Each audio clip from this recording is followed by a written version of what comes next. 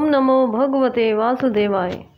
लिखवाओ से निज दया से सुंदर भाव बताकर, कार्तिक मास 24वां अध्याय सुनो सुधाकर। राजा पृथु बोले, हे मुनि श्रेष्ठ, आपने तुलसी के इतिहास, व्रत, महात्म्य के विषय में कहा। अब आप कृपा कर मुझे ये बतलाइए कि कार्तिक मास में क्या और भी देवताओं का पूजन होता है? ये भी विस्तार पूर्वक बताइए। नारद जी बोले, पूर्व काल की बात है। सहा पर्वत पर करवीकर में धर्मदत्त नामक विख्यात कोई धर्मज्ञ ब्राह्मण रहते थे। एक दिन कार्तिक मास में भगवान विष्णु के समीप जागरण करने के लिए वे भगवान के मंदिर की ओर चले। उस समय एक पहर रात बाकी थी। भगवान के पूजन की सामग्री साथ लिए जाते हुए ब्राह्मण ने मार्ग में देखा कि एक भयंकर राक्षसी आ रही है। उसका शरीर नंगा और मांस रहित था। उसके बड़े बड़े दांत, लपकती हुई जीभ और लाल नेत्र देखकर ब्राह्मण भय से थर्रा उठे। उनका सारा शरीर कांपने लगा। उन्होंने साहस कर पूजा की सामग्री तथा जल से ही उस राक्षसी के ऊपर प्रहार किया। उन्होंने हरि नाम का स्मरण करके तुलसी दल मिश्रित जल से उसको मारा था। इसलिए उसका सारा पातक नष्ट हो गया। अब उसे अपने पूर्व जन्म के कर्मों के परिणाम स्वरूप प्राप्त हुई दुर्दशा का स्मरण हो आया। उसने ब्राह्मण को दंडवत प्रणाम करके इस प्रकार कहा, हे ब्राह्मण, मैं पूर्व जन्म के कर्मों के फल से इस दशा को पहुंची हूँ। अब मुझे किस प्रकार उत्तम गति प्राप्त होगी? धर्मदत्त ने उसे इस प्रकार प्रणाम करते देखकर आश्चर्यचकित हुए पूछा, किस कर्म के फल से तुम इस दशा को पहुंची हो? कहाँ की रहने वाली हो? तुम्हारा नाम क्या है और आचार व्यवहार कैसा है? ये सारी बातें मुझे बताओ।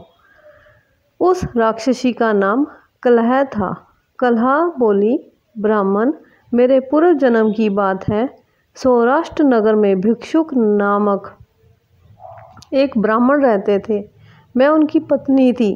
मेरा नाम कलह था और मैं बड़े क्रूर स्वभाव की स्त्री थी। मैंने वचन से भी कभी अपने पति का भला नहीं किया। उन्हें कभी मीठा भोजन नहीं परोसा। सदा अपने स्वामी को धोखा ही देती रही। मुझे कलह विशेष प्रिय था। इसलिए मेरे पति का मन मुझसे सदा उद्विग्न रहा करता था। अंततः उन्होंने दूसरी स्त्री से विवाह करने का निश्चय कर लिया। तब मैंने विष खाकर अपने प्राण त्याग दिए। फिर यमराज के दूत आए और मुझे बांधकर पीटते हुए यमलोक में ले गए। वहाँ यमराज ने मुझे देखकर चित्रगुप्त से पूछा, चित्रगुप्त, देखो तो सही, इसने कैसा कर्म किया है। जैसा इसका कर्म हो उसके अनुसार ये शुभ या अशुभ प्राप्त करे। चित्रगुप्त ने कहा, इसका किया हुआ कोई भी शुभ कर्म नहीं है। ये स्वयं मिठाइयाँ उड़ाती थी और अपने स्वामी को उसमें से कुछ भी नहीं देती थी। इसने सदा अपने स्वामी से द्वेष किया है। इसलिए ये चमगादुरी होकर रहे तथा सदा कलह में ही इसकी प्रवृत्ति रही है।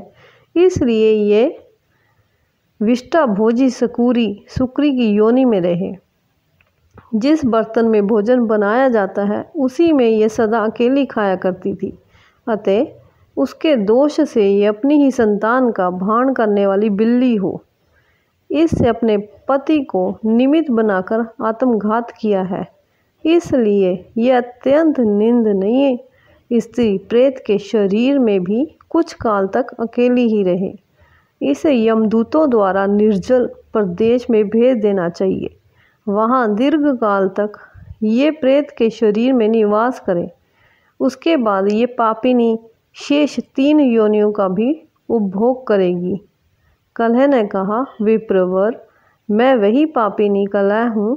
इस प्रेत शरीर में आए मुझे 500 वर्ष बीत चुके हैं। मैं सदैव भूख प्यास से पीड़ित रहा करती हूँ।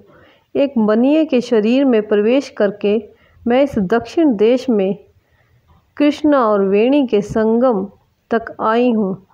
ज्यों ही संगम तट पर पहुँची त्यों ही भगवान शिव और विष्णु के पार्षदों ने मुझे बलपूर्वक बनिए के शरीर से दूर भगा दिया। तब से मैं भूख का कष्ट सहन करती हुई इधर उधर घूम रही हूँ। इतने में ही आपके ऊपर मेरी दृष्टि पड़ गई। आपके हाथ से तुलसी मिश्रित जल का संसर्ग पाकर मेरे सब पाप नष्ट हो गए हैं। द्विज श्रेष्ठ, अब आप ही कोई उपाय कीजिए। बताइए, मेरे इस शरीर से और भविष्य में होने वाली भयंकर 3 योनियों से किस प्रकार मुक्त होंगी। कलह का ये वचन सुनकर धर्मदत्त उसके पिछले कर्मों का वर्तमान अवस्था को देखकर बहुत दुखी हुआ। फिर उसने बहुत सोच विचार करने के बाद कहा, धर्मदत्त जी के कथन की कथा का वर्णन 25वें अध्याय में किया गया है। बोलो श्री राधा रानी की जय हो। विष्णु भगवान की जय। माँ लक्ष्मी की जय। जय जय श्री राधे श्याम।